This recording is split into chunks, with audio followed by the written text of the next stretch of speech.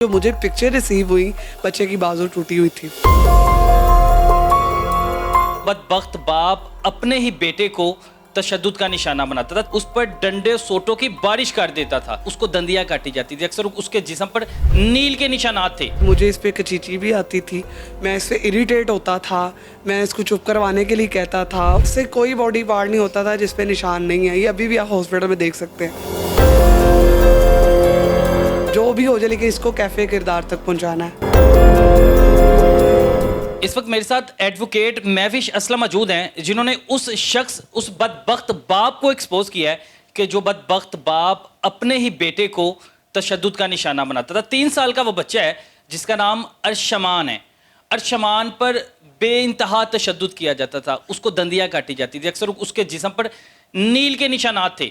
यानी जब वो बच्चा रोता था तो उसका बाप उसे खामोश करवाने के लिए उस पर डंडे सोटों की बारिश कर देता था। 3 साल के मासूम बच्चे पर क्या गुजरती थी, महविश ने अपनी आंखों से सारी सूरत हाल देखी। बाकी क्या कहानी थी, इस वक्त जो खुबैब है वो जेल में है और अरशमान के जो आखिर में वकूआ हुआ जिसकी वजह से उसे अरेस्ट किया गया है, उसने अरशमान के सर पे डंडा मारा था, जिसकी वजह से उसकी तबीयत बहुत ज़्यादा ख़राब है, हालत बहुत ज़्यादा ख़राब है और ICU में दाखिल है। महविश, ये इसका जो वालिद है खुबैब नामी शख्स, ये साइकोलॉजी ठीक है? ये अभी सर प्रूव नहीं है, ये इसका ट्रायल और चीज़ों में पता चलेगा कि इसका क्या इशू था, क्या नहीं है। अभी तक तो इस पर कार्रवाई आई थिंक वो मुझे अपडेट नहीं है, लेकिन ये बात है कि जो उसकी मदर की तरफ से है वो ये बात कर रही है कि अब मैं स्टेटमेंट दूंगी, लेकिन अब क्या फ़ायदा जब उसका बच्चा दुनिया से जा रहा। अच्छा, आपको इस सारे वाक़ये का पता कैसे चला? आप इस शख्स तक पहुंची कैसे? आपको उस बच्चे का कैसे पता चला?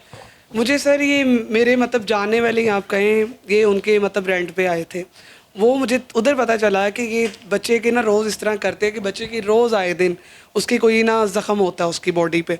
तो उन्होंने ये बात बताई कि इस तरह करके करता है। जो मुझे पिक्चर रिसीव हुई, बच्चे की बाजू टूटी हुई थी उस टाइम पे। तो फिर जब ये मुझे पता चला उसकी टांग फ्रैक्चर, जब लास्ट टाइम मेरे भाई की मेहंदी थी उधर से मुझे पता चला कि उसकी फ्रैक्चर ICU में एडमिट है। और फ़ाहद शहबाज साहब को मैंने ये चीज़ें पहले अपडेट की हुई थी कि सर ये इससे ऐसा करके बच्चा है, हमने इन्वेस्टिगेट करनी है, जो भी करना है। जब ये ICU में पहुंचा है, हमने वहाँ पे डॉक्टर्स को अलर्ट किया, वहाँ की पुलिस को उन्होंने इन्वॉल्व किया, डॉक्टर्स ने उन्होंने उनको बुलाया। फिर जब खुद भी प्रूव हो गया कि वाकई भाई इसके साथ ऐसा ऐसा हो रहा है, उन्होंने पुलिस को अलर्ट कर दिया, वहाँ पे इसको अरेस्ट कर लिया हॉस्पिटल में। जब आप जाते थे, वो उसकी स्टेटमेंट भी सुनी थी, वो कहता था कि मुझे बच्चे पे प्यार आता था जब आप...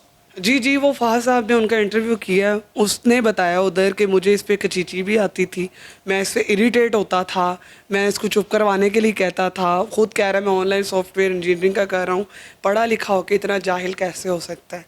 रोज़ाना की बुनियाद पर उसे मारता था। रोज़ाना ऐसे कोई बॉडी पार्ट नहीं होता था जिस पे निशान नहीं है। ये अभी भी आप हॉस्पिटल में देख सकते हैं, ये डॉक्टर्स की मेडिकल भी कह रही हैं।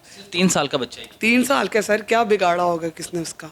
मुझे ये चीज़ का दुख है कि इतने भी आप थप्पड़ नहीं मार सकते बच्चे। शरारत क्या कर सकता है वो? कुछ उसने भी क्या नहीं कर करना? सकता उसने किस चीज़ की डिमांड करनी है? नहीं पता नहीं उसको कोई कहते हैं, मैंने सुनने में ये भी आया है कि बच्चे को जब वो लेने या कुछ करना तो वो डर जाता था कि मैंने नहीं जाना इसके पास। ये जो पास इन्होंने नोटिस ही नहीं किया, वो क्यों डरता है? इसकी मदर ने नहीं इवन नोटिस किया। अच्छा, सुनने में ये भी है कि इसका असली बाप नहीं है। जी, कह तो यही रहे हैं कि स्टेप फादर है। इसके 4 बच्चे पहले भी हैं, इसकी फर्स्ट वाइफ भी है और ये सेकंड थे। अब इसके कितने बच्चे हैं?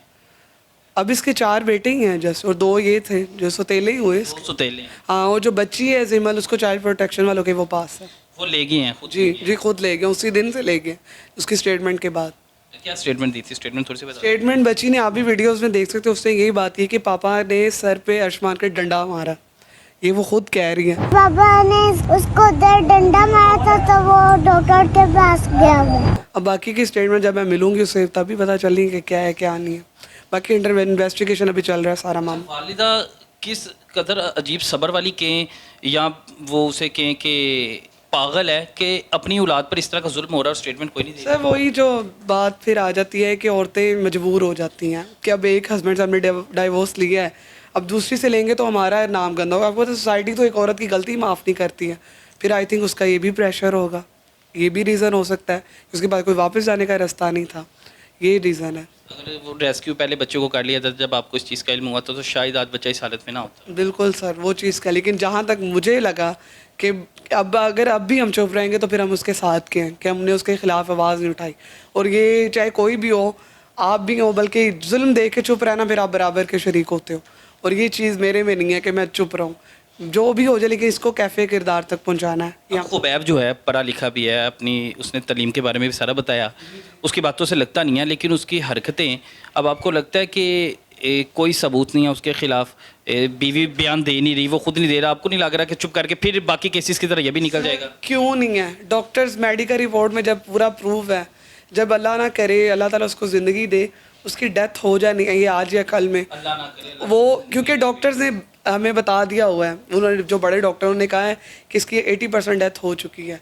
अभी जस्ट उसका ये कि हार्ट जो चल रहा है वो वेंटिलेटर पे चल रहा है, तो उन्होंने ये बात की है। तो दूसरी बात ये है कि पोस्टमार्टम से भी प्रूव हो जाएगा, फिर इसकी कहाँ से बच सकता है आप ये बताइए? स्टेटमेंट ये दे रहा कि बच्चा गिर गया था।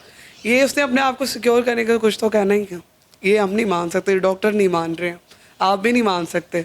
कि आपको लग रहा है उसकी कंडीशन से? साइकोलॉजी तौर पे लग नहीं रहा, लेकिन वो मुझे लग रहा है कि मरीज़ है, अगर इस तरह बच्चे पर तशद्दुद करता था फिर लाजमी बच्ची भी सुतेली थी, बच्ची को भी मारता हो। वो आई थिंक उसका अगला टारगेट होगी, जो एक को कर रहा है तो दूसरे को भी तो उसको करना बनता होगा। उसका भी निशाने में नहीं आई थी, क्योंकि वो बोलती थी और ये छोटा था, ये कह नहीं सकता था कुछ। ये भी तो इसमें माँ के लिए भी मसला बन सकता है, क्योंकि माँ खामोश रही जुल्म देखते हुए भी, बच्चे की ज़िंदगी उसने भी ख़तरे में डाली, तो अब अभी भी वो खामोश है। नहीं, अब कह रही है, अब वो स्टेटमेंट देगी, कह रही है, आप जो कहेंगे मैं करूँगी, कुछ भी होना चाहिए, मुझे अपने बच्चे का इंसाफ चाहिए, जो उसके बकोस ने मुझे ये बात कही है। बिल्कुल ऐसे जो सूरत हाल है कि अब शर्म आनी चाहिए कि अगर ख़वातीन के लिए मुश्किल हो जाता है कि जब वो एक जगह से उन्हें डिवोर्स होती है, अगर वो दूसरी जगह शादी करती हैं, या तो वो बच्चे रख सकती हैं या उन्होंने खामंद के साथ रहना, वो भी मजबूर हो जाती हैं। लेकिन कुछ ऐसे बदबख्त बाप जिनको मेरे ख्याल से अगर नहीं रख सकते तो पहले ही आप लोग अडॉप्ट ना करो, पहले ही को वालिदा को पहले ही कह दो कि हम लोग नहीं रखना चाहते इससे साथ, वो ना लेके आए। अब उस बच्चे की जान भी ख़तरे में है, अल्लाह ताला उसे ज़िंदगी दे, उम्मीद है और इंशाल्लाह यकीन भी है कि अल्लाह की चीज़ से, अल्लाह के कोई बाहर तो नहीं है कि अल्लाह जो चाहता है वो हो जाता है, अल्लाह ताला उसे लंबी ज़िंदगी दे। लेकिन इस तरह के रज़ील लोगों को मेरे ख्याल से जब तक सज़ा नहीं मिलेगी ना, तो इस तरह के वाक़यात होते रहेंगे। बारहा कहता हूँ कि पुलिस अपना काम कर लेती है, अदालतों के जो जज होते हैं उनको भी चाहिए ऐसे बदबख्तों को मौका ही ना दें, इनको चौक चौराहे में लटकाएं ताकि दूसरों के लिए इबरत का निशान बने, कोई और ऐसा वकूआ ना पेश हो। जब तक सजाएं नहीं मिलेगी इस तरह के जराइम होते रहेंगे और जराइम पैदा होते रहेंगे। तो लिहाजा दरख्वास्त यही है कि जो जुर्म साबित हो जाता है, जो मुजरिम होता है, उसको मौके पर सजा दे दिया करें। ठीक है।